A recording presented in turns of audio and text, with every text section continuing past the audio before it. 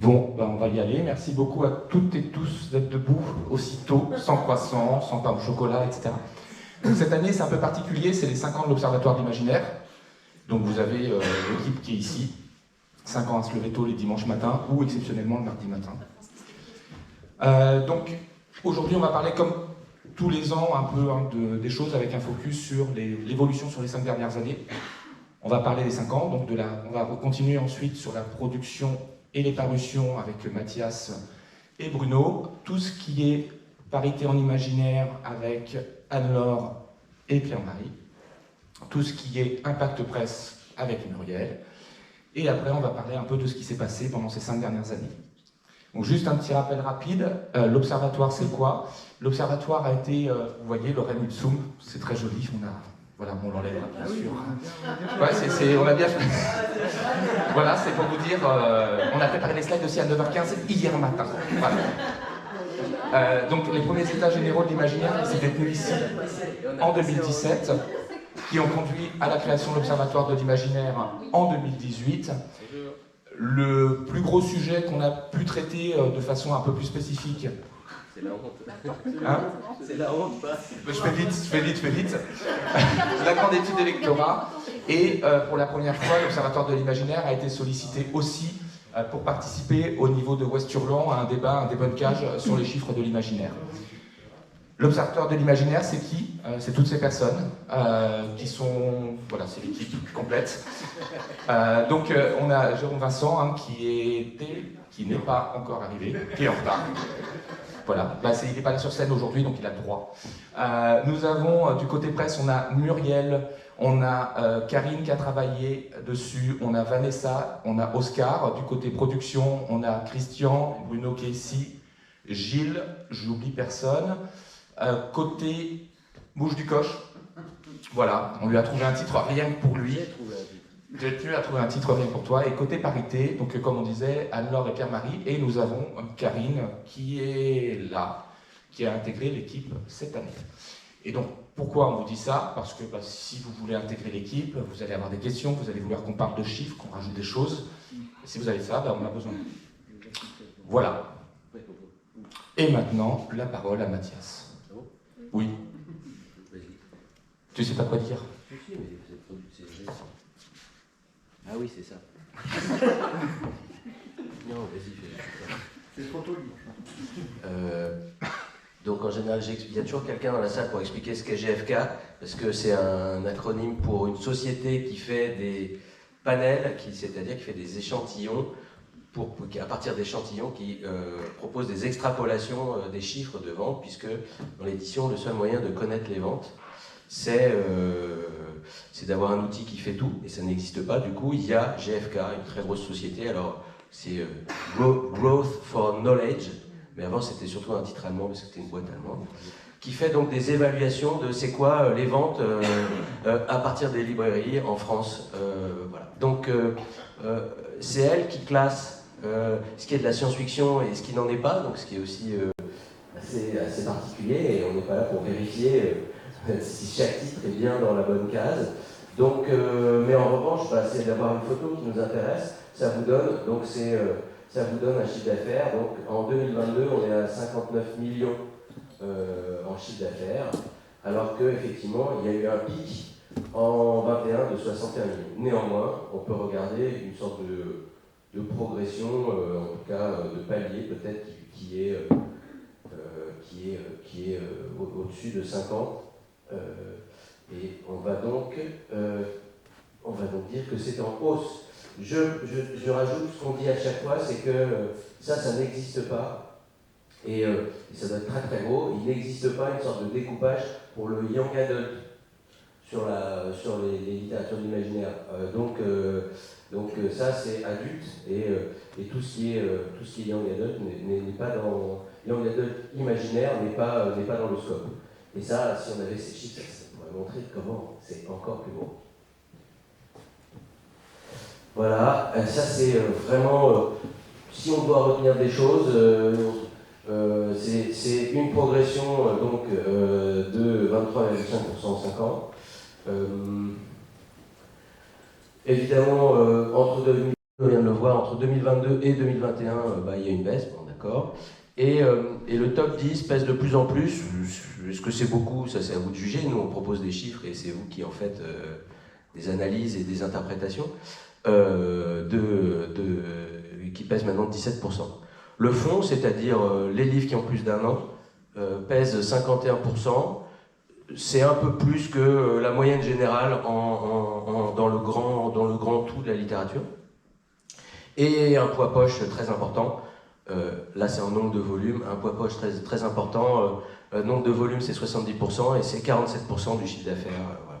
Enfin, important, c'est un commentaire. C'est plutôt à vous d'avoir vos commentaires, mais voilà les chiffres. Et puis, c'est drôle, en 2021, ça s'est croisé. C'était ce qui était considéré comme de la science-fiction, a pesé plus en 2021, mais en 2022, c'est revenu comme c'était avant, a pesé plus que la fantasy. Donc, c'est vraiment à touche-touche.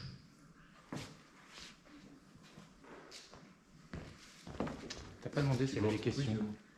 Vous pouvez intervenir au fur et à mesure. Après, on débat. Non, après, on peut débattre. Et s'il y a vraiment questions techniques, on peut le faire. Ah oui. Oui, s'il y a des questions de fond et des choses qu'on devrait faire, on se dit, on va en parler à la fin. Et puis, quand il y a vraiment besoin d'un éclaircissement ou un commentaire comme ça qui vient sur une feuille, c'est bien. Ouais. Du coup, je voulais savoir si 24 millions pour le premier trimestre, c'était standard ou pas en fait. On avait les données pour le premier trimestre, mais pas pour le reste. C'était comme. J'ai pas regardé. Moi, en tout cas, sur tous les gens. C'est pas la bonne unité. Genre, il y a marqué kilo euro ici et vous avez 10 millions, du coup, il y a une faute dans la slide. Absolument, c'est inadmissible. Personne s'en est rendu compte. Putain, on l'a pas vu quoi. Excuse-moi. Merci. Oui, souvent, et surtout avec la période de Noël, puisque là c'est vraiment des sorties-caisses de livres vers le lectorat. Systématiquement, le deuxième semestre est plus gros que le premier. Après, là, on n'a pas comparé. Ouais, je sais pas si ça rentre dans les stats. Oui. Bonjour. Lors d'un live de Livre Hebdo, il y a quelques semaines, il me semble qu'ils avaient dit que la fantasy était repassée devant la SF, c'est-à-dire que la SF perdait 3-4%, et la fantasy avait eu une augmentation de 47% sur un an portée par la romantaisie. Est-ce que vous avez des analyses là-dessus, ou est-ce que ça va peut-être arriver sur les réseaux sociaux par la suite, au début de la conf? On a des choses? Non. Mais c'est... C'était avancé par Livre Hebdo? Oui, il y a... Non, tout de même, on a tous les mêmes... on a les mêmes chiffres. Après, parce que nous, on essaie de prendre des chiffres qui existent déjà ailleurs, on ne va pas payer GFK. Mais non, c'est un commentaire, il faut le prendre comme ça, voilà. Et romantaisie, oui, bien sûr. Ça peut être un angle d'attaque pour les années prochaines. Ouais, ça peut être intéressant, dit Bruno, à qui je laisse la parole. Ça peut être intéressant à étudier, quoi. Mais il nous faudra des bonnes âmes pour le faire aussi, pour nous aider. Je sais que tu as tendance à t'intéresser. Bonjour, donc maintenant on est parti pour les fameuses merveilleuses slides qu'on vous présente tous les ans sur la parution, les parutions et les productions. Donc les chiffres sont issus des données de 2 bases de données bibliographiques françaises. Donc je ne sais pas s'il y en a qui ne connaissent pas, mais les deux sont donc BDFI et Noosphère. Donc vous avez l'adresse, vous avez la présentation des 2 sites ici. Donc c'est des bases de données qui sont riches de plusieurs dizaines de milliers d'ouvrages sur bien évidemment tout le fond, mais aussi les parutions. Et donc typiquement BDFI, je sais que Christian Moulin, qui n'est pas là aujourd'hui, passe tous les jours sur les sites de libraires en ligne pour faire ce qu'on va appeler de la veille technologique, pour lister toutes les parutions, ce qui est un travail quand même assez colossal. Donc en termes de statistiques de parution, on a sur cette planche l'ensemble des nouveautés, des livres qui sont publiés. Donc là, il s'agit toute fiction. Donc il n'y a pas les inédits. Oui, c'est ça. C'est toutes les parutions. Donc on voit effectivement une tendance assez nette à la hausse pour la littérature adulte. Donc ceux qui étaient là les autres années, on avait des différences assez flagrantes entre Noosphère et BDFI. C'est là où je mets mon nez rouge. On avait des problèmes de requête SQL sur notre base de données, et une fois ça corrigé, on a des chiffres qui sont quand même relativement cohérents entre BDFI et noosphère. Donc ça doit conférer une certaine validité aux chiffres. En ce qui concerne la jeunesse, bon là il y a une vraie différence, mais il faut tenir compte essentiellement de la courbe BDFI rouge, parce que noosphère on n'est pas bon sur la jeunesse, où là on voit qu'effectivement il y a une tendance à la hausse, mais qui semble atteindre un palier, et voire même redescendre. Donc ça sera à confirmer les années prochaines. Donc je m'aperçois que le trait rouge, il s'est décalé. Il faudra qu'on le remette au bon endroit, puisque le trait rouge était censé montrer le pic qui a été atteint sur la SF adulte vers ça doit être 2018. Donc si maintenant on raisonne en termes d'inédit, bon, les chiffres, l'axe désordonné n'est pas le même, mais la tendance est à peu près la même, si ce n'est qu'on a l'impression pour les bouquins adultes que là aussi on a atteint une sorte de palier, voire peut-être même selon les chiffres BDFI une redescente du nombre d'inédits. Donc encore une fois, c'est une tendance qui semble s'amorcer, mais qui nécessitera d'être confirmée les années précédentes.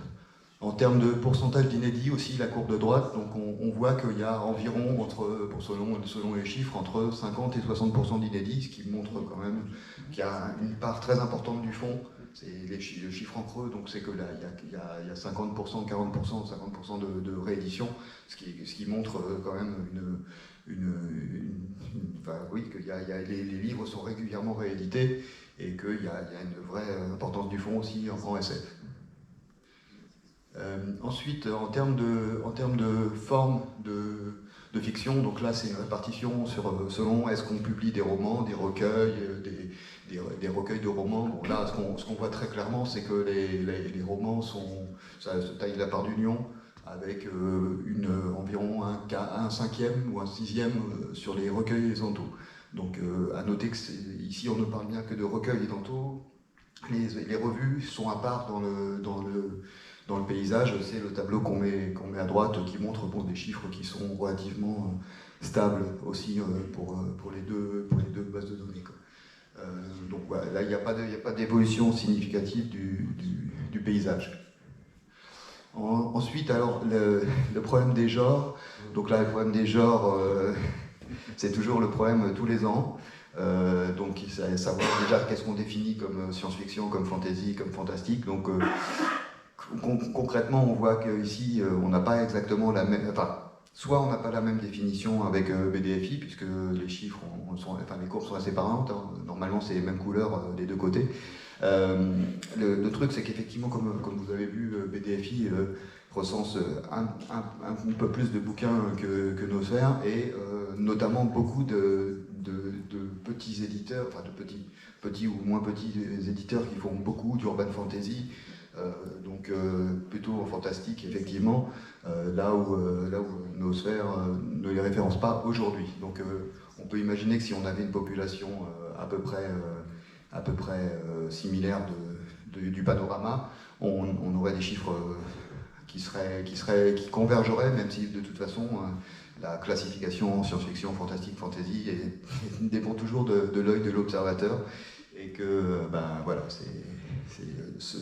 sans critères fixes, il y aura toujours cette interprétation. Donc voilà. Si on parle maintenant effectivement de la proportion de la production signée par des auteurs et des autrices francophones, là les chiffres sont relativement cohérents entre noosphère, BDFI, et qui montrent qu'effectivement, on a fait un zoom entre 50 et 65%. Si on mettait entre 60 et 100%, on verrait que les chiffres sont quand même relativement stables dans l'année, mais il semblerait qu'il y ait eu une petite augmentation jusqu'en 2020, et qu'on retombe qu'on redescende un petit peu, mais bon, on redescend de 60 à 55%, donc ça, c'est pas une modification phénoménale, et encore une fois, c'est une tendance qui s'amorce sur les 2 dernières années, qui sera à confirmer, bien évidemment, sur les années suivantes. Voilà. Sur la partie poche grand format, Ce qu'on peut voir effectivement, c'est qu'aujourd'hui, en termes de parution, ce sont les grands formats qui sont les plus nombreux, en termes de nombre de titres, hein, bien évidemment. On ne parle pas en termes de volumétrie de ce qui se publie, hein, et ni en chiffre d'affaires non plus. Donc c'est quelque chose à mettre en relation avec ce que les études GfK montrent en termes de chiffre d'affaires liés aux poches, liés au grand format. Et avec aussi bon, le numérique, donc là, quand on parle de numérique, ce sont les ouvrages numériques seuls qui se publient. Donc là-dessus, on est plutôt sur comment dire, sur des chiffres qui sont assez marginaux par rapport à la production, sachant que c'est toujours pareil, le numérique, c'est pas le plus simple à suivre aussi d'un point de vue parution. Donc voilà. Le livre audio, donc ça c'est les données BDFI. Effectivement, là on voit qu'il y a une tendance vraiment très très forte à l'augmentation. La courbe bleue parle d'elle-même, avec effectivement une production qui a triplé en 6 ans entre 2016 et 2022. Donc avec effectivement la plupart des éditeurs qui se mettent au livre audio peu à peu. Alors, la part des éditeurs généralistes, donc là c'est effectivement la question qui se pose de savoir qu'est-ce qui est publié par des éditeurs spécifiques, qu'est-ce qui est publié par des éditeurs généralistes. Donc, quand on parle de productions qui paraissent chez des éditeurs généralistes, on exclut ce qui est publié, enfin, je vais le faire en creux, c'est-à-dire que je vais dire ce qu'on considère comme éditeurs spécialisés. Donc ce sont les parutions qui paraissent chez les éditeurs estampillés vraiment spécialisés, donc on va dire La Talente, Brajlon, des éditeurs comme ceci, et ce qui publie aussi au sein des grands groupes dans des collections spécialisées. Donc, par exemple, on va prendre l'exemple d'Albin Michel Imaginaire. Albin Michel Imaginaire, les bouquins qui sont publiés sont considérés comme étant publiés par une collection spécialisée. Par contre, tout le reste de la production Albin Michel est classé en éditeur généraliste. Comme on s'était posé la question les autres années de savoir quel était le prisme de lecture, on a essayé d'être clair avec Christian sur les choses, sachant qu'effectivement ici on ne présente que les chiffres BDFI, parce que Christian, ayant le temps de classifier tout ça, il le fait titre par titre, là où Noosphère on a plus de mal, on fait plutôt par collection ou par éditeur, et les chiffres sont plus précis côté BDFI. Donc là-dessus, ce qu'on voit, c'est qu'effectivement, on est plutôt sur la gamme 30%, avec un palier qui, sur les années 2015 à 2020, qui semble montrer qui a priori montre une tendance qui, pour le coup, est assez flagrante, puisqu'on passerait de 30% à 20% sur 2 ans. Ça reste encore une fois à confirmer. Je te vois dubitatif, Mathias, mais ouais, à voir. Et ben, j'en ai fini. Donc, est-ce qu'il y a des questions sur ce sujet précis? J'ai fini, alors je laisse la place à Pierre-Marie. Il y a une question. Oh non. Encore. Oui. Non, est-ce qu'on peut... Alors, je sais que là vous présentez simplement les chiffres, mais est-ce qu'on peut analyser la baisse, même légère, de 5% de nouveaux auteurs francophones et donc du coup l'augmentation de publications anglo-saxonnes avec même l'incursion de l'imaginaire asiatique comme un petit peu un moyen de se rassurer pour les éditeurs après ce qui s'est passé en 2020 et la grosse baisse que tout le milieu a subi? Alors je pense qu'en termes d'auteurs étrangers, il y a certes les francophones, mais il ne faut pas oublier tous les autres pays qui commencent aussi à avoir pas mal de publications. Je pense notamment aux Chinois, aux Russes, donc il y a quand même une évolution là-dessus. Après, le chiffre, comment expliquer la baisse des auteurs francophones? Moi j'ai pas trop d'éléments, je sais pas Mathias sinon, mais non, moi j'ai pas d'éléments. Encore une fois, c'est une tendance qui À 5%, on est quand même aussi dans un peu... comment dire, même si les bases de données sont très exhaustives, je pense qu'il y a quand même une marge d'erreur dans ce qu'on fait, hein, faut pas se leurrer, et peut-être que les 5% c'est aussi la marge d'erreur d'une année sur l'autre. Donc c'est pour ça que c'est quand on parle de tendance qui s'observe sur un ou 2 ans, il faut attendre un petit peu avant d'être sûr que c'est une vraie tendance, quoi. Rends pas tout de suite le micro, il y a une deuxième question. Non mais en tout cas, là aussi, c'est quelque chose qu'on pourrait observer pour la prochaine fois. Pour que ça devienne une tendance, parce que...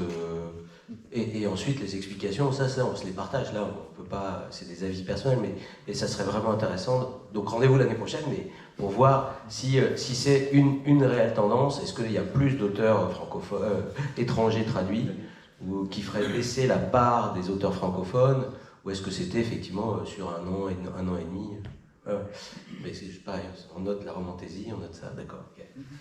Ouais, non, juste pour dire un mot sur bonjour, sur l'incursion de l'imaginaire asiatique, ou même russophone, arabophone. En fait, c'est quand même très très relatif, parce que ça se compte sur les doigts d'une main, je pense, pour ce qui est de la Chine, la Corée, du Japon, du russe, de l'arabe. Donc, à mon avis, c'est pas ce qui représente. Enfin, c'est pas une explication, je suppose, pour la question de la part des francophones.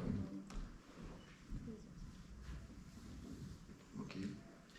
Pierre-Marie, à toi. Joie. La question de la parité dans l'imaginaire, on va commencer avec la production. Donc c'est la répartition des inédits adultes. Là encore, on s'est attardé uniquement sur les chiffres BDFI. Mais ce qu'on peut noter, c'est que depuis 2020, il y a plus de femmes qui sortent des inédits que d'hommes. C'est une tendance qui reste stable. Plus ou moins 7% entre 2015 et 2022. Bon, après, c'est toujours pas la majorité, puisqu'il y a la question de tout ce qu'on appelle autres collectifs non binaires, etc.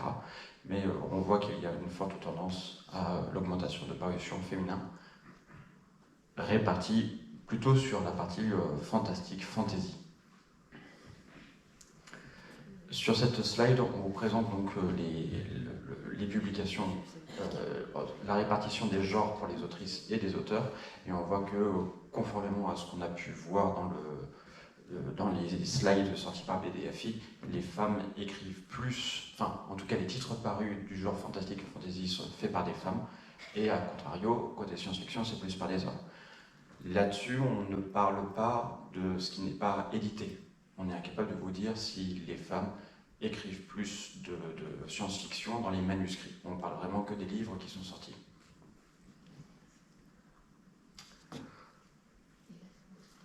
Toujours la répartition suivant les genres un peu plus précise.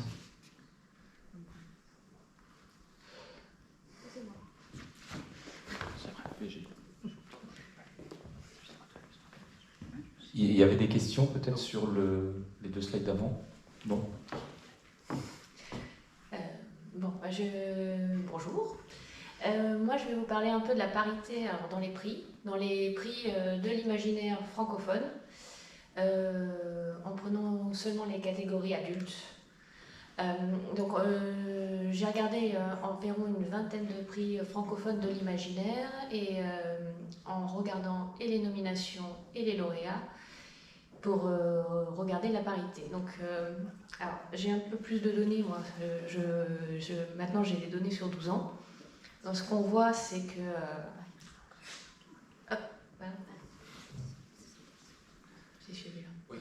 2023. Donc, on voit qu'en 2023, sur les nominations, on est pratiquement à la parité.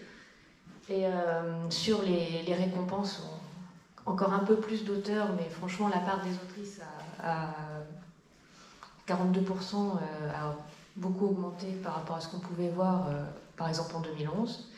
Et ce qu'on peut constater, en fait, avec l'ensemble des données, c'est que vraiment, à partir de 2020, il y a clairement un changement.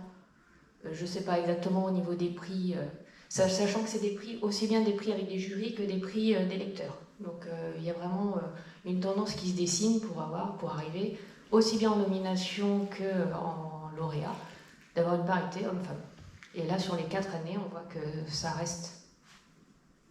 Oui. J'y vais.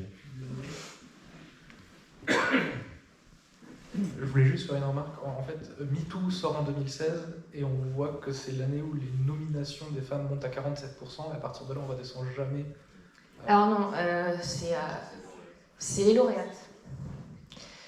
Ah, voilà. Là, en bleu, vous avez les nominations. Ok. Et du coup, l'année MeToo. oui, il y a un pic. Mais il y a un pic qui n'est au final, qui ne va pas se concrétiser tout de suite parce qu'en fait, ça redescend. 2019, c'est un peu la misère. Et à partir de 2020, on a vraiment un plateau qui apparaît. Est-ce que vous avez normalisé les résultats par rapport au pourcentage de publication? Parce que là, du coup, en fait, parce que ce serait intéressant à faire, parce que si elle publie plus, ça serait censé être plus dans les nominations et dans les récompenses. Alors, oui. On est au niveau de la production, on va dire, pour prendre un chiffre à peu près, on arrive à peu près entre 30 et 40% d'autrices qui sont publiées, toujours confondues. Donc on arrive un peu au-dessus, sans que ça soit non plus complètement aberrant par rapport au livre édité. Mais je pense qu'il y a une prise de conscience en fait qui fait qu'il y a je vais vous passer à la suivante, ça va. Peut-être à corréler également avec les. Ah, pardon. Excuse-moi. Peut-être à corréler également avec les prix typiquement SF, où on a vu que les hommes étaient encore majoritaires, avec les prix plus globalement imaginaires. Oui, mais alors j'y ai pensé. Et c'est compliqué parce que même il y a les prix, maintenant les prix de l'imaginaire, il n'y a pas un prix qui va dire. Par exemple, moi je fais partie du prix Planète SF. On pourrait penser que c'est que SF, non, c'est imaginaire en entier. Donc il n'y a pas de prix qui se revendique uniquement fantasy. Après il y a plutôt des prix qui vont se dire adultes ou jeunesse, etc. Il n'y a pas vraiment. Donc alors après ce que je finis et puis on finit les questions après. Juste, à un moment, je me suis posé la question de savoir est-ce que sur une année, c'est toujours la même autrice qui est récompensée, par exemple. Est-ce que ça fait monter juste le chiffre par rapport à une personne? Donc là, je vous ai fait la liste, en fait, depuis 2018, des autrices récompensées, aussi bien francophones qu'anglophones. Donc ce qu'on voit, c'est que à part sur quelques années où, par exemple l'année dernière avec Mariana Enriquez qui a eu 3 prix sur la même année, on a de plus en plus d'autrices qui sont récompensées.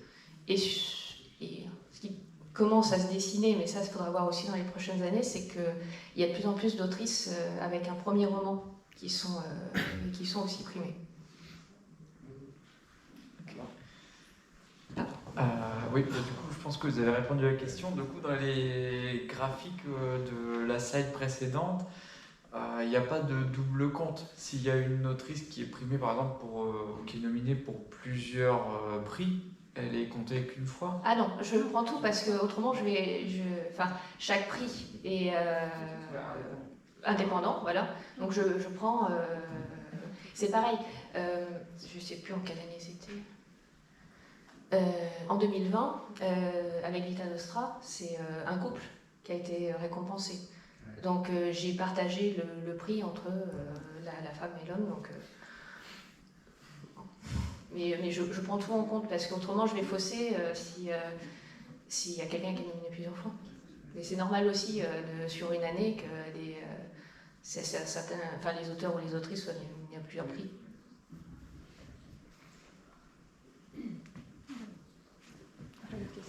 C'est bon.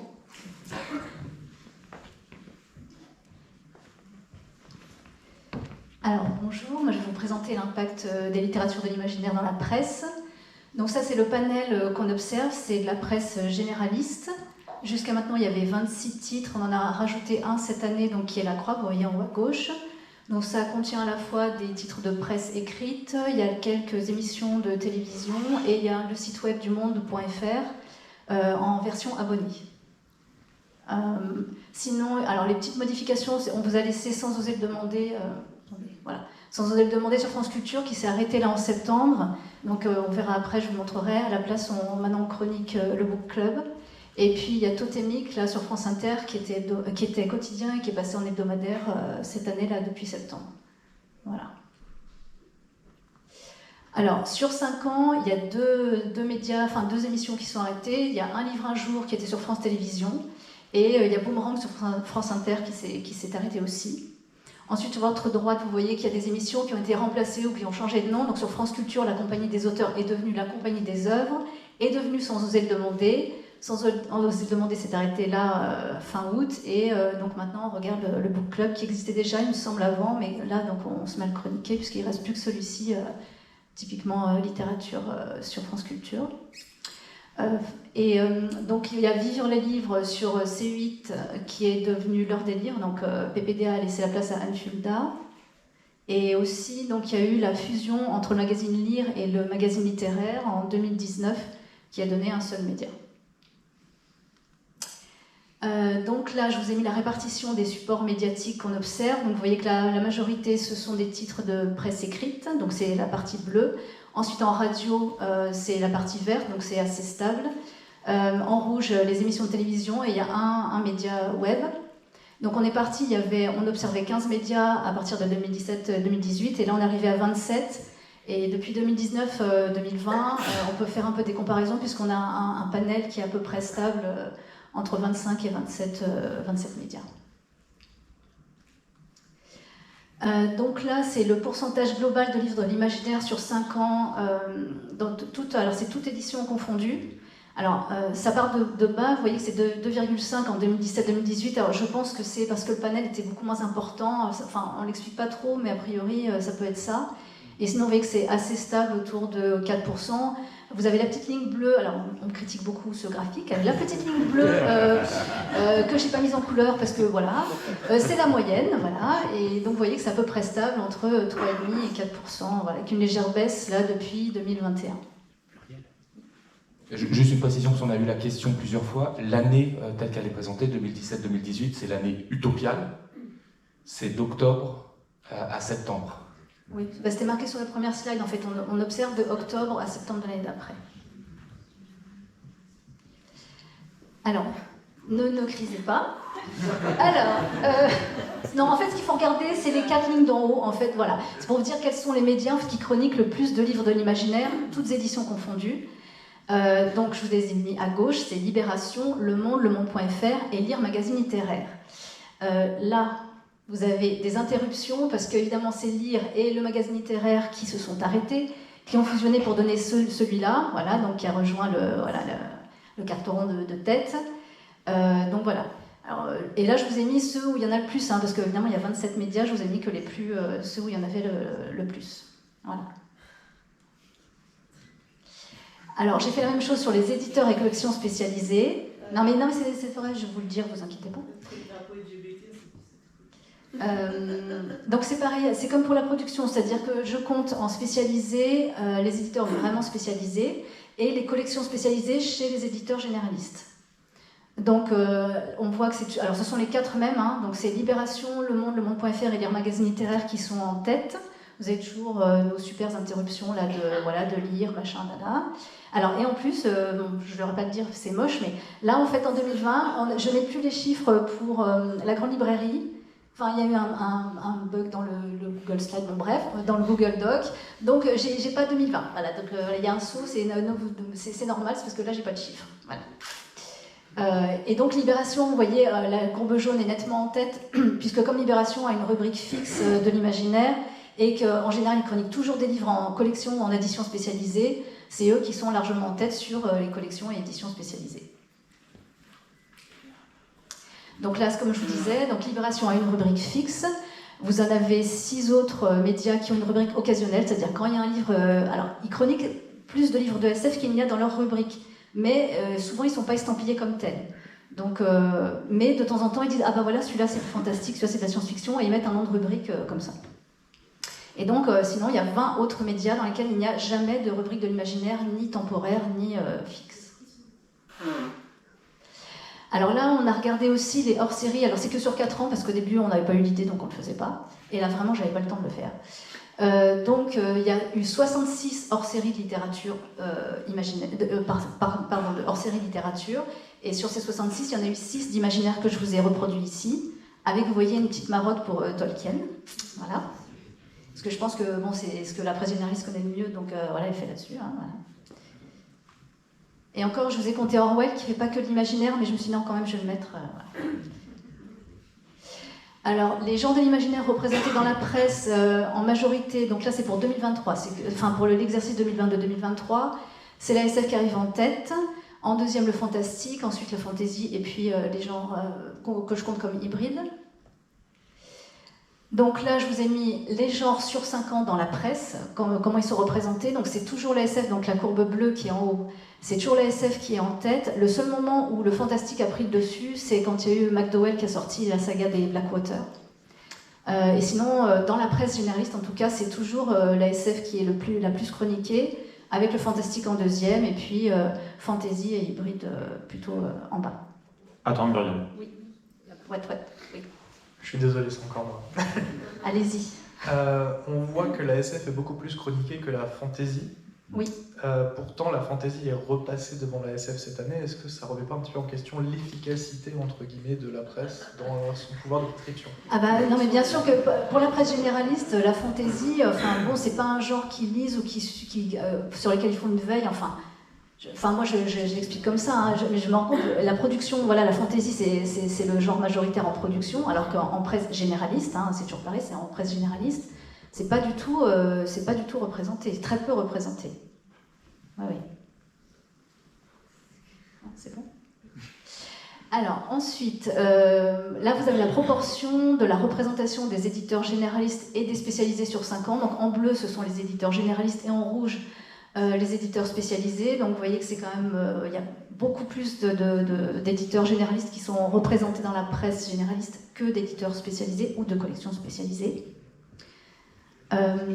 Alors 2018-2019, là, il y en avait. Alors c'est un commentaire personnel, hein, je ne sais pas comment vérifier ça, mais là, il y en avait beaucoup. Je pense que c'est l'effet furtif, puisque c'était mai 2019, c'est ça. Donc en fait, on a l'effet furtif là et là, je pense. Et ensuite, après, comme on n'a pas de grosses machines comme ça qui tirent les éditeurs spécialisés, bon, bah, ça redevient un peu plus. Voilà, un peu plus. Ça baisse, quoi. Voilà. Ensuite, je vous ai mis pour 2023 les titres qui ont été les plus chroniqués dans la presse généraliste. Donc les 3 premiers là, ils ont eu 14 chroniques, donc que ce soit presse audiovisuelle ou écrite ou site internet. Donc ce sont ces 3-là. Alors sachant que Rushdie, il y a encore des chiffres, donc ça va sûrement être plus, mais pour l'instant, comme je me suis arrêtée à fin septembre, voilà, il arrive à égalité avec les autres, mais il est très très chroniqué dans la presse, le Rushdie. Voilà, c'est pareil, c'est la même chose là pour le deuxième, La mer de la tranquillité. Le titre est paru il n'y a pas longtemps, donc je pense que peut-être là sur octobre-novembre, je vais encore avoir quelques chroniques, voilà, mais pour l'instant il est deuxième. Et ce qu'on remarque, c'est que dans tous ces titres, le seul qui est en spécialisé, c'est Immobilité chez Rivage Imaginaire. Les autres sont tous dans des collections généralistes ou chez des éditeurs généralistes. Ensuite, là, je vous ai mis les livres les plus chroniqués en édition spécialisée sur 2023. Donc, en tête, on a donc Immobilité. Ça marche plus. Bon, si là. Le premier, c'est Immobilité. Ne ricanez pas, c'est bon. Donc, vous avez Immobilité en premier, Golden Age en deuxième, et avec le même nombre d'occurrences, donc c'est-à-dire 4, vous avez ces 3 titres-là. Donc, les 2 derniers sont en 2 tomes. Je vous ai mis que le premier pour plus de lisibilité. Alors ensuite, les titres qui ont été les plus chroniqués sur 5 ans, donc je vous les ai reproduits. Alors, en fait, ce sont les titres les plus chroniqués souvent parce qu'il y a la version brochée et la version poche, et donc au cours des 5 ans, c'est chroniqué à chaque fois. Quand ça ressort en poche, c'est rechroniqué dans la presse. Donc souvent, c'est ça. Je suis en train de demander pour les testaments de Marie-Carta Toute si j'ai oublié de vous mettre le poche, mais ça doit être aussi, voilà. Donc ça, c'est le classement, donc je vous ai mis les livres là dans l'ordre. Donc ça, c'est sur 5 ans les titres les plus chroniqués. Et ça, ce sont les auteurs les plus chroniqués. Alors, j'ai compté à la fois les livres de ces auteurs, donc ça, c'est la première, ça, c'est leurs œuvres, donc c'est les livres que ces auteurs ont écrits. Et j'ai essayé aussi de compter les livres qui étaient sur ces auteurs, qui parlaient de ces auteurs-là. Parce qu'on compte aussi des documentaires, enfin, quand il y a des essais ou des documentaires, je les compte aussi. Donc là, je vous ai mis en haut les 10 premiers dans l'ordre. Voilà, donc ça, ce sont les auteurs qui sont le plus chroniqués sur 5 ans. Alors il y en a, c'est parce que, par exemple, comme Mariana Enriquez ou Nina Allan, ils ont sorti plusieurs livres, donc ils apparaissent plus. Et puis vous avez les classiques comme Tolkien et Verne, qui, voilà, il y a toujours des parutions, et donc elles sont chroniquées dans la presse aussi. Donc là, je me suis intéressée, alors j'ai essayé de regarder ceux qui étaient les plus cités, donc il y en a 34, et après j'ai arrêté, je ne vous ai pas mis tous les auteurs, puisqu'il y en a, après des fois c'est un titre, donc ça ne valait pas le coup. Donc là il y en a 34, et vous avez les 10 premiers à gauche. Alors donc moi j'ai fini, et je voulais juste rajouter un petit truc, c'est que les chiffres des médias, vous pouvez les retrouver sur la page Facebook de l'Observatoire, donc tous les mois on les publie. Donc pendant les 4 premières années, 4 ans et demi, c'était sur le Forum de l'Imaginaire. Et donc là, on a décidé de mettre ça sur la page Facebook de l'Observatoire. Donc vous pouvez retrouver tous les 4 ans, mois par mois, sur le Forum de l'Imaginaire. Et sinon, là, ça fait 2 mois qu'on met sur la page Facebook de l'Observatoire les chiffres mois par mois. Vous verrez, c'est présenté d'une autre façon, mais voilà. Et puis juste, je voudrais, alors je réponds après. Je les cite, hein, ils ne savent pas du tout, ils ne sont pas au courant, mais je préfère le dire quand même. Ce qui me permet de faire tout ce travail, avec Oscar, qui travaille aussi un peu avec moi, c'est que je vais sur les plateformes presse des médiathèques publiques, qui dans l'abonnement fournissent ça, donc je les remercie. Donc je sais qu'ils ne sont pas là, qu'ils ne sont pas au courant que je fais ça, mais je préfère le dire quand même. Voilà. Oui. Encore un, toujours. Oui. Est-ce que... peut-être que c'est dans une autre partie, mais est-ce que les chroniques, par exemple, qui sont faites sur les réseaux sociaux, etc., sont analysées par l'Observatoire de l'Imaginaire? Pas du tout, non, j'ai pas le temps. Parce que dans mon cas, par exemple, j'avais été invité par Point à visiter le Père-Lachaise pour la sortie du Bosch de Notre part de nuit. Du coup, on était une vingtaine d'influenceurs littéraires. Mais du coup, ça a donné 20 chroniques qui sont oui, j'imagine. sociaux. Non, j'ai pas du tout le temps de faire ça. Donc, mais alors, c'est vrai que ce serait super intéressant. Hein. Si quelqu'un veut nous rejoindre et faire ça, ce serait super, ça compléterait quoi. Influenceur généraliste ou influenceur généraliste ou influenceur imaginaire? Imaginaire. Au départ, je parlais de mes romans en fait, et j'ai quelques vidéos qui ont bien percé sur TikTok, et ils sont venus me chercher en fait pour que je puisse créer une vidéo sur TikTok. Alors, juste pour préciser pourquoi la question, parce que comme l'a dit aussi Muriel, les médias qui sont travaillés, c'est les médias généralistes, c'est pour voir l'impact de l'imaginaire sur ces éléments-là. Ce qui serait intéressant en copier-coller de ce qui est fait par rapport à ce que vous dites, ça serait de le faire sur des influenceurs généralistes pour voir dans quelle proportion ils travaillent sur les littératures d'imaginaire. Oui, ce serait intéressant effectivement sur du suivi. Mais donc voilà, vu que nous avions un volontaire, bienvenue. Mes tarifs sont très élevés. Alors nous sommes à peu près à 0. Ça devrait le faire.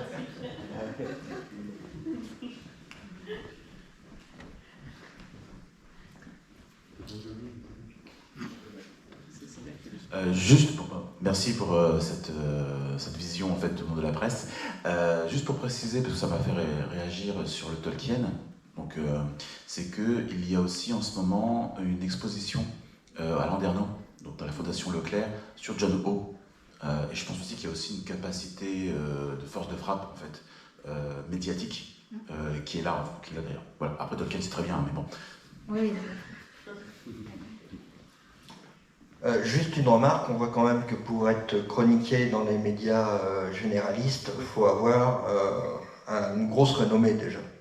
C'est quand même des auteurs, c'est pas n'importe quels auteurs. Et puis je pense que l'effet série télé joue également. Quand on voit certains noms comme Tolkien, Lovecraft, King, voilà, je pense que l'effet série télé est important aussi. Oui, sans doute. Je suis en train de réfléchir par rapport à Star Wars, mais comme il n'y a pas d'auteur de Star Wars en fait.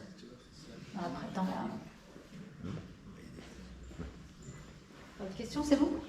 Ok, merci.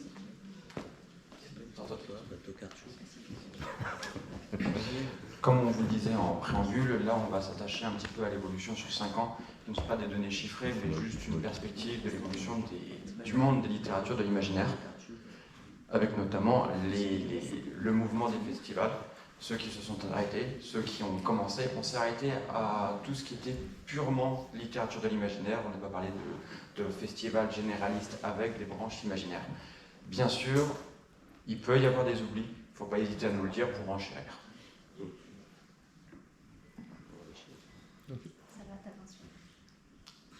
Si on en a oublié, dites-le nous. J'attends que les photos soient finies. On diffusera les slides aussi après, enfin le PowerPoint, voilà, on le diffusera. Pareil, les maisons d'édition, forcément, ont énormément bougé en 5 ans. Alors, on s'arrête, pour ce qui est nouveau éditeur et nouvelle collection, on s'arrête fin 2022. On n'a pas pris en compte tout ce qui s'était passé en 2023, donc si vous avez des questions sur ce qui se passe en 2023, on n'en parle pas. Par contre, on a mis quelques ouvrages, enfin, quelques collections qui apparaissent, ce sont des perspectives qui ont soit déjà été concrétisées, soit qui sont en cours de concrétisation. C'est des événements purement littéraires ou pas que, qui sont donnés dans la liste? Avant le festival. Les festivals, ouais, pardon. Oui, enfin, c'est purement littéraire, c'est purement imaginaire. Un festival qui va avoir une assertion cinématographique de l'imaginaire sera raconté de la même manière. Du coup, il faut rajouter les utopiales. Les intergalactiques. 5 ans. Les intergalactiques. Ça fait plus de 5 ans. Ah d'accord, ok, pardon. Attends. 2016, je dis pas de bêtises. Ouais, c'est ça. 2016. D'autres questions? Oui.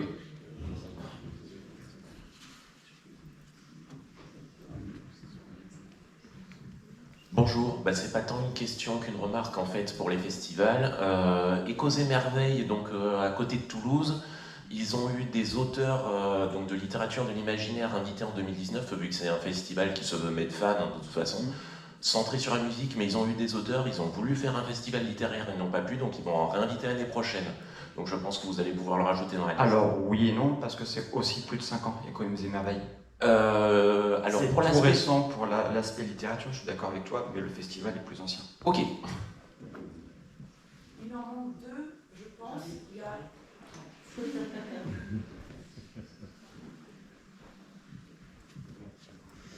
merci. Je pense qu'il manque Finistellaire à Quimper et Frisson Festival à Reims. Finistellaire, il faut que je le vérifie, mais pour moi, on l'avait éliminé parce qu'il était à plus de 5 ans, mais ça vaut le coup de vérifier. Je pense que c'est que la 3e édition, mais bon, après je peux... et Frisson Festival fait leur première édition cette année-là. Ok. Moi j'ai une question slash remarque. Merci. Mathias me dit de le dire dans le micro, donc je dis dans le micro. La Bretagne est quand même très représentée dans ces nouveaux festivals. Alors, dans ce cas, ça me permet aussi de faire une remarque. Effectivement, la région ouest est surreprésentée en termes de festivals, ce qui est positif pour les lecteurs, ce qui est négatif pour les festivals, puisque du coup, c'est toujours la même enveloppe qui est répartie en plus de personnes. Il faut savoir que, par exemple, les Pays de la Loire, dont est impacté les Utopiales, l'ensemble de toutes les actions culturelles ont vu une baisse de subvention de 5% à cause de l'augmentation des activités culturelles. Donc, il y a un effet positif et un effet négatif. Et du coup, la question qui était associée... Il pleut. C'est dans les nouveaux éditeurs qu'on a vu apparaître. Donc je sais que Argile est rennais. Est-ce qu'il y a d'autres éditeurs dans les nouveaux éditeurs qui émergent là, qui sont aussi du territoire et qui pourraient expliquer l'émergence de tous ces nouveaux festivals sur la région? Et la Goether n'est pas dessus. Mais Goether, ça doit dater de cette année, non? Non, Goether, c'est beaucoup plus ancien que ça. Collection. Ah oui, la collection. Ça vaut le coup de se pencher dessus, mais effectivement, c'est pas dû. Je pensais plutôt à Inceptio, qui est entre Nantes et Angers. Après, je sais pas. Et le lien qu'il pourrait y avoir entre des nouvelles maisons d'édition, des nouvelles collections par rapport aux nouveautés festivals, je suis incapable de te le dire. Ça va dépendre vraiment de l'engagement et des capacités des personnes. Je sais pas si les éditeurs, eux, ont quelque chose à dire là-dessus. Non, par contre, il doit y avoir combien? 3 diffusés. Et breton aussi. Oneiroy, en haut à droite, c'est breton. Ouais. Voilà, et juste pour mettre mon grain de scène, mais sur les nouveaux éditeurs, sur tous ceux qui sont là, il doit y en avoir 4-5 diffusés, distribués, donc avec une volumétrie commerciale importante, ce qui n'est pas le cas des nouvelles collections, parce qu'évidemment chez Hachette, Albin Michel, ils ont ce qu'il faut, mais vous avez beaucoup de petits éditeurs. À préciser, alors vous voyez le seuil avec 2 points d'interrogation, c'est parce que le nom de la nouvelle collection n'est pas encore connu. Et dans les nouveaux éditeurs, il y a aussi, c'est des éditeurs francophones, donc il y a aussi des éditeurs québécois.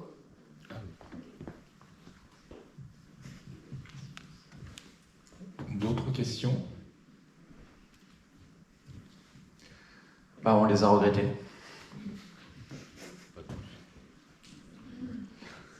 aussi pour rappeler que c'est un milieu qui est en effervescence avec beaucoup de bonne volonté, mais que la réalité du marché n'est pas toujours au rendez-vous.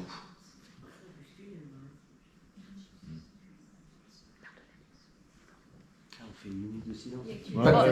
Voilà, c'était la minute de silence. Vous avez pas de questions dessus. À ce moment-là, on est encore vivant. On sera là l'année prochaine.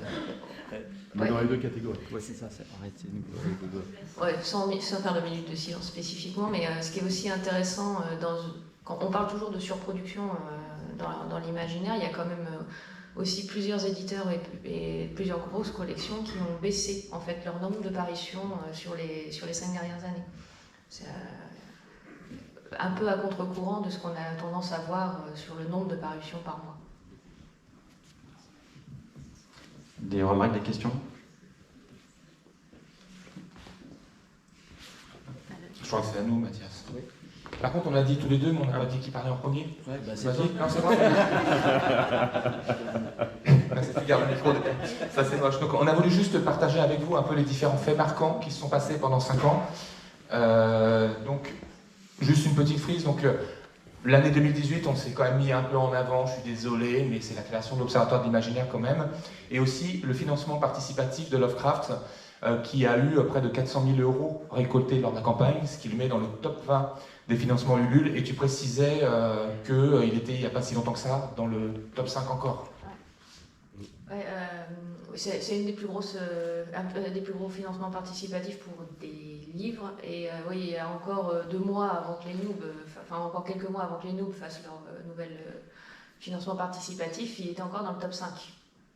Donc c'est assez gros pour nos littératures de l'imaginaire en fait. Et donc c'est pour ça que en fait, c'est moi qui commençais, parce que c'était un peu moche que tu parles toi-même du phénomène de 2019, qui est la parution du roman Les Furtifs d'Alain Damasio, donc à la Volte, qui a été vendu à plus de 130 000 exemplaires.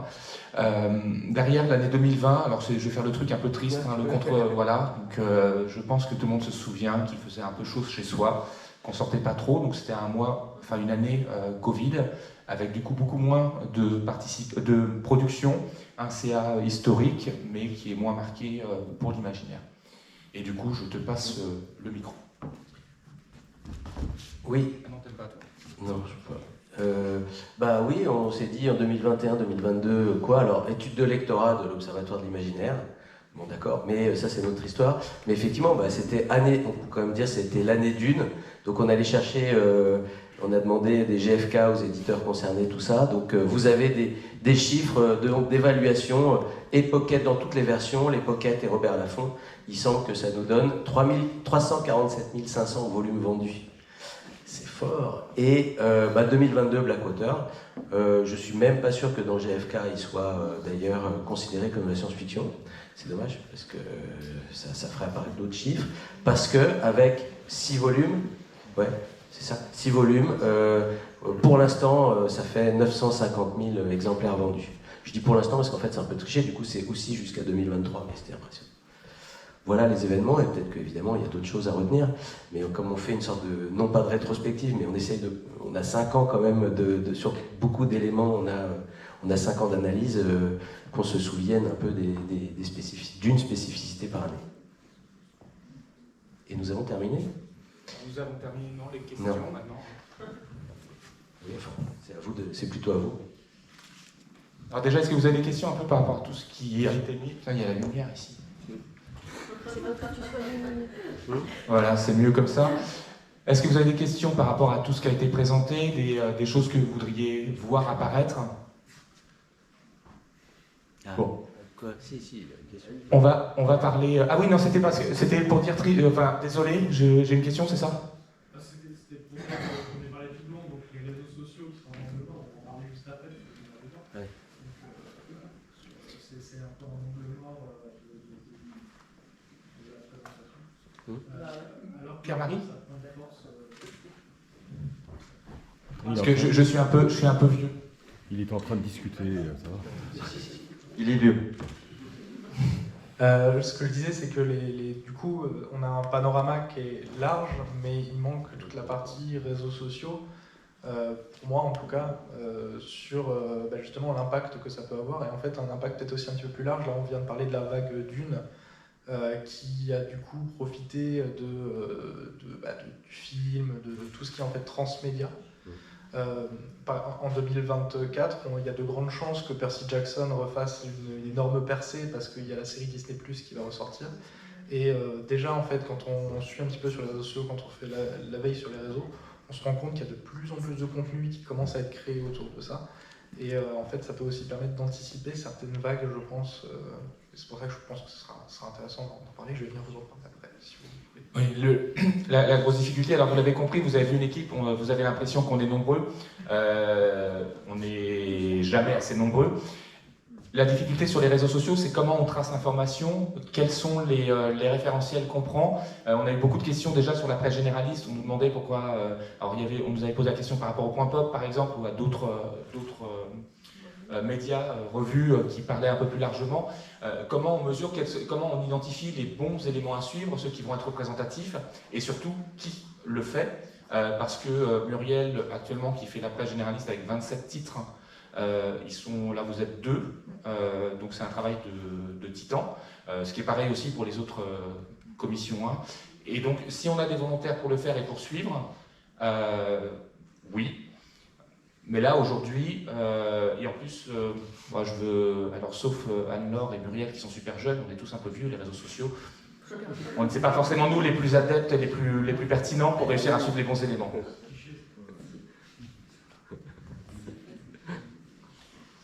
Je voudrais revenir sur un sujet qu'on a abordé un peu plus tôt quand tu parlais de la parution et la part des femmes dans les parutions en disant, alors, je ne sais plus qui l'a dit, enfin bon bref, on parlait de la parité en disant que c'est les publications, c'était toi qui avais dit ça, c'était les publications et pas les manuscrits. On a commencé à solliciter les éditeurs et à sonder les éditeurs pour qu'ils nous partagent des chiffres de réception de manuscrits par genre, par genre littéraire, et aussi par rapport au fait que ce soit des auteurs ou des autrices, pour voir justement si la production est le reflet de ce qu'ils reçoivent ou pas. Ce qui pourra amener d'autres questions. Il y a une question ici, alors je pense qu'il va poser la question d'abord là-bas parce qu'il est juste à côté, et après il est là parce qu'il est aussi vieux, il fait peu de sport. Non, je donne juste une remarque par rapport au recueil c'est moi qui du coup pose la question, pardon, je suis désolé. Je donne juste une remarque par rapport au recueil d'informations auprès des éditeurs sur le genre des personnes qui envoient des manuscrits. Je pense qu'il va falloir qu'ils le mettent dans leurs conditions de politique de données, ou en tout cas je ne sais pas si c'est dans la politique de données, parce qu'au niveau de la gestion de la data, quand on envoie un manuscrit par exemple, en gros, est-ce qu'il y a ce recueil d'informations là qui est fait? Je ne sais pas si c'est très clair. Alors je pense qu'il n'y a aucune donnée personnelle pour le coup qui est fait, hein, c'est juste comme si on faisait sur une feuille des bâtons. Donc là pour le coup je pense qu'en termes de protection des données, il n'y a pas de souci. On ne dit pas que chaque roman est identifié. Non, mais ce qu'ils le font, c'est ça, je crois que c'est ça. C'est qu'en fait, s'il y a un recueil de statistiques ou s'il y a un recueil d'informations personnelles, le genre étant considéré comme une information personnelle aux yeux du RGPD, si les entreprises, donc les éditeurs, font des statistiques autour de ça, il faut que les personnes qui sont dans ces statistiques aient accès et la possibilité de se retirer de ces statistiques. Qu'elles donnent un consentement éclairé là-dessus. Donc ça peut poser souci peut-être auprès des éditeurs si ce n'est pas déjà dans la politique de données. Fera peut-être pas alors. Je sais, non mais c'est peut-être déjà le cas, je pose la question, parce que voilà, on a le droit de faire des statistiques en interne, peut-être. Voilà, c'était juste une remarque. Je parle pour les éditeurs, mais je ne sais pas si je suis représentatif, mais non, mais enfin si je le sais, personne ne fait ces stats, et quand nous, en tant qu'éditeurs, quand je me suis dit, alors moi pour ma maison d'édition, il faut que je dise, faut qu'on compte et tout ça, alors là, c'est déjà, on s'est dit quelle galère, mais c'est bien, on a un prétexte pour ne pas le faire. Je voudrais aussi revenir sur on a parlé des festivals à un moment donné, et voilà, le fait c'est qu'il y a une surreprésentation de l'Ouest. Enfin, c'est quand même bizarre en fait. Enfin, il y a d'autres gros centres de production littéraire, je pense à Lyon, ce genre de choses. Enfin, pourquoi l'Ouest? Enfin, Après, c'est les nouveaux. Hein. Parce que les biens dans l'Ouest. Non, mais c'est d'abord que les nouveaux. C'est que des nouveaux. C'est que les nouveaux. Oui, c'est vrai quand même. c'est aussi. Mais c'est vrai quand même. Mais t'as pas mal à Lyon déjà, mais là c'est vrai que ça poussait comme des champignons dans l'Ouest. C'est l'humidité. Mais on a une carte, non? Ouais. On n'a pas. Juste, il y a peut-être aussi un prisme à analyser, c'est ces festivals. Attends, vas-y. Ouais, juste. Juste, pour répondre à ta question, il y a peut-être quelque chose à analyser, c'est faire ce prisme-là vis-à-vis des résultats du sondage qu'on avait fait il y a 2 ans, où qui montrait qu'effectivement il y avait certaines zones qui, par rapport à la population, lisaient plus d'imaginaire que d'autres. Je n'ai pas les chiffres en tête pour l'Ouest. Ça serait peut-être intéressant justement d'analyser les festivals vis-à-vis de ça, parce qu'il y a peut-être une vraie attente de la part du lectorat, et donc ce qui a conduit à la création de ces festivals. Donc, moi aussi j'ai une remarque qui est totalement empirique, puisque c'est moi qui ai fait ce travail-là. Par exemple, pour la Normandie, il y en a 6 nouveaux festivals, il n'y en a aucun qui est dédié à l'imaginaire. C'est toujours l'imaginaire à l'intérieur de notre festival. Donc là, on est vraiment sur le festival spécialisé et pas sur la totalité des nouveaux festivals avec une branche imaginaire. Le temps que Pierre-Marie se déplace, juste pour info, il y a quelques années, on avait fait une carte des festivals, une carte Google. Vous savez, on peut mettre des petits centres d'intérêt, tout ça. On va la remettre à jour et vous la repartager par rapport à ces nouveaux festivals. Ça permet comme ça d'avoir une vision globale sur la France de la répartition des zones mortes et des zones actives. Une remarque, question et remarque peut-être en même temps. Qu'est-ce qu'il en est de l'édition, de l'auto-édition ? Est-ce que c'est quelque chose de vraiment exclu ou c'est aussi par manque de temps que c'est pas dedans ? Parce qu'on voit aussi qu'il y a beaucoup d'auteurs qui passent par le circuit classique pour se faire éditer et qui se font aussi auto-éditer en même temps. Enfin, je pense que c'est vraiment ça pourrait être intéressant en fait d'intégrer ça dans l'observatoire. Pour l'auto-édition, effectivement, on l'exclut du panel, en tout cas pour ma partie, donc parution production, essentiellement pour une raison, c'est que c'est très très difficile à suivre. Et on a déjà beaucoup à faire avec ce qui est en maison d'édition traditionnelle. Donc l'auto-édition, on n'a pas trop envie de rentrer dedans. Moi, je sais que pour Noosphère, on recense l'auto-édition, mais quand c'est sur sollicitation, c'est-à-dire quand les auteurs nous contactent pour dire « j'aimerais bien apparaître dans votre base de données », on le fait, on essaie de faire toutes les parutions d'auteurs. Par contre, on ne fait pas de veille techno sur les auto-édités parce que c'est juste pas possible, quoi. Je voulais juste revenir en fait. Je vais juste compléter. En fait, pour les médias, pour cette histoire d'auto-édition, c'est absolument pas représenté, sauf là, ça fait 2 ou 3 mois dans Lire, magazine littéraire, il y a une rubrique spécifique qui s'appelle Le Coin des Indépendants, où il commence à y avoir des auto-édités qui sont chroniqués, et notamment il y a pas mal d'imaginaires. Donc on s'est posé la question de comment les faire apparaître ou pas. Donc là, pour le nouvel exercice, là, j'ai fait une rubrique spécifique, on va les distinguer des éditeurs traditionnels, quoi. Voilà. Mais il n'y a que ce média-là, et dans les autres médias, ça n'apparaît pas du tout. Voilà. Oui, donc je voulais juste revenir sur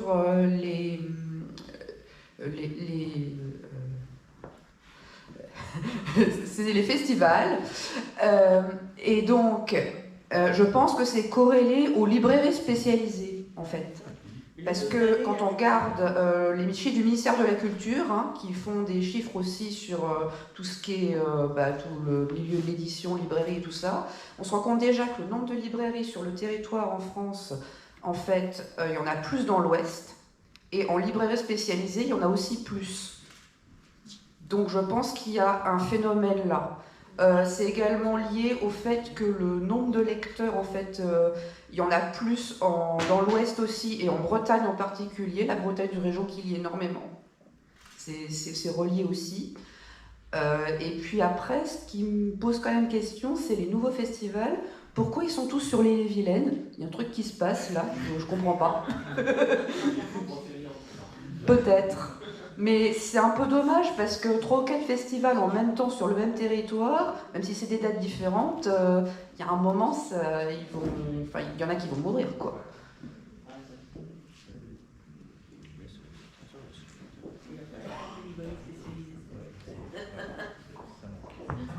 Oui, merci, mais bonjour. Moi, je sais que vous allez répondre par la force de travail, mais il y a une question qui, pour moi, en fait, est non négligeable, mais pour vous aussi, j'en suis sûr. Tout ce qu'on vous avait dit est de l'ordre du quantitatif, et non pas du qualitatif, ce qui est toujours plus difficile à mesurer. Or, sur la logique, cette logique qualitative, quand on regarde le nombre de blogs et l'augmentation du nombre de blogs depuis une dizaine d'années qui chroniquent un grand nombre de publications d'une part, et qu'à l'inverse, on voit la manière dont le monde universitaire a évolué, ou des émissions transversales sur France Culture ou autres, la logique de citation, la logique d'utilisation de l'imaginaire, de parler de l'imaginaire, on sait que c'est très difficile à mesurer, mais on a tous plus ou moins le sentiment que de ces deux côtés-là, du côté des blogs, du côté des amateurs, et du côté des universitaires, des gens qui réfléchissent, qui pensent, il y a pour le coup une évolution qu'on ressent sans avoir aucun moyen, ou très peu de moyens, effectivement, de l'objectiver. Bon, comment pourrait-on faire pour mesurer ça, ou si ce n'est le mesurer, parce que c'est impossible, en donner des clés? Parce qu'effectivement, on sait très bien que si on observe l'imaginaire, ces données qualitatives, ces données de réflexion, ces données amont et aval des blogs et autres, est absolument majeure, et on a tous ce sentiment que dans l'imaginaire, c'est plus fort qu'ailleurs, et ça évolue plus fortement. Comment faire? Comment réussir ce pari qui semble effectivement assez compliqué? Alors moi, je vais juste donner un tout petit élément d'analyse, c'est que côté noosphère, depuis cette année, on a introduit le type d'ouvrage universitaire dans notre base de données. On avait jusqu'à présent déjà référencé des ouvrages universitaires, mais ils n'étaient pas tagués comme tels. Maintenant, on va le faire. Alors on commence, donc il va falloir rattraper tout le retard, mais peut-être que dans 2-3 ans, on commencera à avoir des chiffres qui seront pertinents. Bon, à voir. Et on remarque, peut-être que ce qui est en train de prendre forme là, même là dans nos présentations, et peut-être qu'on peut réfléchir même la prochaine fois, c'est là, des personnes, je ne connais pas tout le monde ici présent, c'est des gens qui sont des sortes de professionnels ou d'observateurs de ce monde, d'une partie ou de toute la partie éditoriale, production, lectorat, festival, réseaux sociaux. Donc nous, on essaye déjà de vous fournir en fait nous on vous fournit des données qu'on essaye de rendre objectives, et peut-être que voilà, en fait on va peut-être plus clairement dire, je sais pas, j'ai envie, la prochaine fois c'est vous qui faites enfin vos réactions, non mais c'est pas vous redonner du boulot, vous avez bien compris que venez avec nous pour étudier et essayer de donner de votre temps comme nous on le fait, mais effectivement c'est comment nous on produit quelque chose qui reste observatoire et en donnant pas nos commentaires, on a des avis personnels, voilà, et que vous réagissiez en disant bah ouais ça peut vouloir dire qu'en Bretagne il y a ça, que voilà, et donc c'est hyper intéressant. Et puis autre remarque, oui on le sait, il y a des pans entiers en fait ça ne révèle pas l'état, c'est mon commentaire personnel, donc je précise, ça ne révèle pas l'état, l'impact, la généralisation des littératures de l'imaginaire, très clairement, en parlant que de la presse, en parlant que des ventes par les librairies. Vos remarques montrent que sur les réseaux sociaux, sur l'universitaire et tout ça, il se passe énormément de choses, voire et des données de l'auto-édition auxquelles on se confronte pas, c'est hyper vivant. Donc effectivement, voilà, que ça, en tout cas, que ça alimente vos réflections personnelles et qu'on les partage là, et puis après, je sais pas, vous pouvez faire des articles, des choses comme ça, mais ouais. Certains font des livres parmi vous sur ça. Vous aviez une question? Oui, oui, pardon, là, du coup, on s'exprime. Mais bon. Je voulais juste ajouter une toute petite chose sur la question du référencement universitaire. C'est si, d'un point de vue qui peut paraître anecdotique, mais qui est intéressant sur les tendances de fond potentiellement, c'est repérer les thèses. Et pour ça, thèse.fr permet de recenser très rapidement. C'est vraiment un travail très limité. Mais si, voilà, et à la limite, si vous voulez, je peux le faire, je peux m'engager à le faire chaque année, ça me prendra pas beaucoup de temps. Il n'y a pas de souci. Alors, Excel. Mais complètement, mais Excel est votre ami, et puis après, partager les données, c'est top, quoi. Alors, pour Excel et l'ami, on peut vous aider, parce que ça, Excel, maintenant, on maîtrise, donc il n'y a pas de souci. Je voulais juste rebondir sur la partie blog, etc. Vous avez compris, là, on a Noosphère BDFI pour tout ce qui est production, donc on a une base de données existante qui nous permet de le tracer. Ce qui est la presse, on a Muriel et Oscar qui travaillent en petites mains pour la parité, on a des personnes qui travaillent dessus. La durée de vie des blogs, des Instagrammeurs, etc., et c'est super volatile. Donc il y en a plus, il y en a moins. Juste il nous faut une base de données pour travailler. Donc s'il y a blog.fr pour compenser thèse.fr, on est preneur. juste en tant que blogueuse, c'est aussi quelque chose qui est très très... Enfin, on parle de blog, mais c'est Instagram, enfin Bookstagram, c'est TikTok. Maintenant, c'est très multiformat en fait pour avoir un avis en format court, en format long, en format écrit, en format vidéo. Il y a énormément de gens qui parlent d'imaginaire de manière très différente. Et c'est vrai que c'est difficile d'arriver à suivre et surtout, ça change beaucoup d'une année sur l'autre. Donc il faut avoir des chiffres assez complets pour avoir une représentation. Alors, moi j'aurais une observation, puisque du coup, bon, moi je suis libraire, donc il y a des choses que je vois sur le terrain qui rejoignent un peu mon côté observatoire, c'est vraiment du constat, hein, pas vraiment d'avis, et qui rejoint ce qu'on disait sur les réseaux sociaux et tout. Moi j'étais surpris il y a un an par l'émergence de quelque chose que je considérais comme du fond, que j'avais raté à l'époque, c'est le Circé de... Le Circé et puis son autre nom... Voilà. On est venu me le demander. C'était considéré, c'était sorti il y a 2-3 ans avant, enfin c'était passé complètement inaperçu dans ma librairie. 10 ans. 10 ans, voilà, excusez-moi. Et là, blam, ça revient, et ça revient hyper fort. Et on rejoint la question du fond qui compte beaucoup, parce que c'était du fond en fait, enfin, il avait même disparu. Et du jour au lendemain, et en fait, pendant un moment, je me suis dit, mais d'où vient ce roman? Enfin, pourquoi on en reparle maintenant? Enfin, et j'ai mis du temps, parce que je ne suis pas la génération de TikTok et autres, à comprendre que c'était par TikTok que c'était arrivé en fait. Et donc en plus, tous les réseaux sociaux ne sont pas égaux entre eux en fait.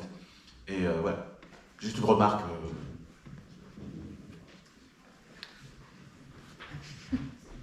Tu veux qu'on te relaie? Alors pour répondre pour le suivi des réseaux sociaux, en fait, on peut faire du suivi de hashtags via différents outils, alors plus ou moins gratuits, plus ou moins chers, mais il y a la possibilité en fait de faire du suivi de hashtags, de faire du suivi de thèmes. Les réseaux sociaux aussi eux-mêmes sont très friands de leur auto-analyse. TikTok est en partenariat avec Amazon pour avoir créé un book club directement sur TikTok qui met en avant des livres tout au long de l'année. Et même par exemple, un autre exemple, mais sur les réseaux sociaux, Augustin Trapenard est également sur TikTok. Et il disait que, par exemple, il a invité Victor Dixon sur la grande librairie parce qu'il avait entendu parler de lui sur son fil d'actualité TikTok. Voilà. Et, de la même façon, ça m'intéresse. J'analyse déjà le sujet tout le temps, donc si en plus je peux avoir une institution derrière, ça m'intéresse aussi. Donc on va en parler avec vous si Non, c'est juste pour aller dans votre sens. Donc moi je travaille en lycée et les élèves, je suis professeur documentaliste, ils viennent me demander des livres. Enfin, incongrus.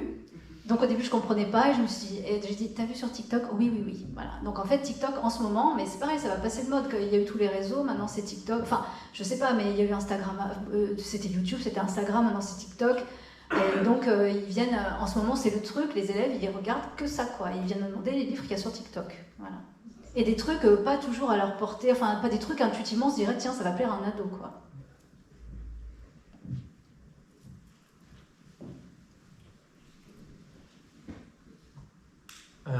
Je me fais juste une remarque sur la faisabilité de l'observation, ce qui se passe sur Internet. Comme disait monsieur à côté, effectivement, avec des outils automatiques, il y a des choses à faire. Et effectivement, ça paraît infaisable d'observer ce qui se passe sur Internet sans le faire avec des machines. Et voilà, donc ayant étudié du coup des choses de type web sémantique et des techniques d'observation du web, oui, effectivement, il y a peut-être des choses à faire avec ça. Encore une fois, nous sommes totalement d'accord, 200, 300, 400% d'accord. J'ai pas compris la moitié des mots. Donc, en vrai, enfin, c'est vrai, et il nous faut les personnes qui ont ces compétences-là, qui ont ces connaissances-là, chacun s'investissant à la hauteur de ce qu'il peut, hein, comme nous tous et toutes. Mais franchement, même si quelqu'un nous met les outils en place et qu'après on a juste à récupérer les données, à les coller dans des c'est très bien. Mais en fait, cette connaissance dont vous nous parlez, on l'a pas.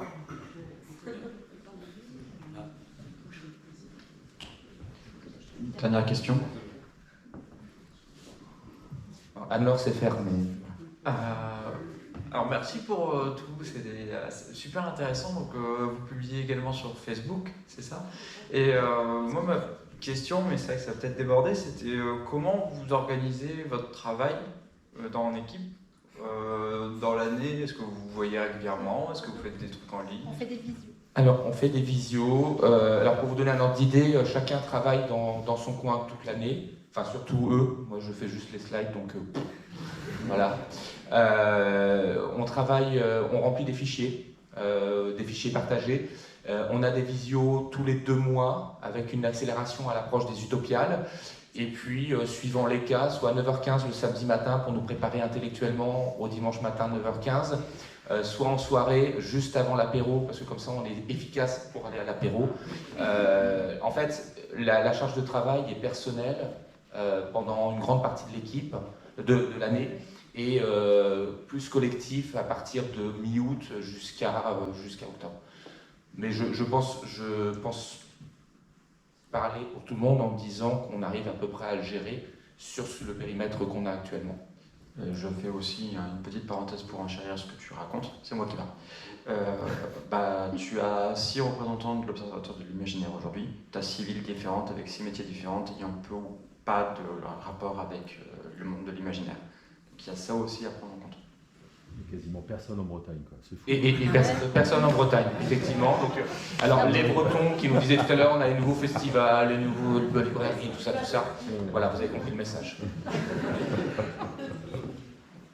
Juste dans le cas particulier des chiffres de parution de production, l'Observatoire de l'imaginaire, le travail de l'Observatoire de l'imaginaire, c'est, je dirais, une fonctionnalité supplémentaire que sur nos 2 sites internet qui représentent un travail assez colossal sur toute l'année. La synthèse qui est faite pour l'Observatoire, c'est 2% du travail annuel. Hein, et le travail sur BDFI, sur Nosphère, il date de bien avant l'Observatoire. Donc voilà, et ça, il y a des modes de fonctionnement différents. BDFI, ils sont 2 pour faire le site. Christian Moulin est à la retraite, donc il traite ça, comme je l'ai dit tout à l'heure, en continu. Nous, on est une association à Nosphère, on a pas mal de membres qui travaillent à l'alimentation des bases de données. Donc c'est deux façons de travailler complètement différentes, quoi. Ouais.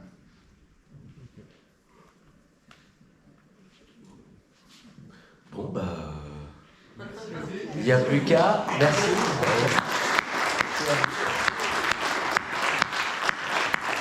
Vous me dites sur quoi c'est disponible ou ça suffit? Bon, merci.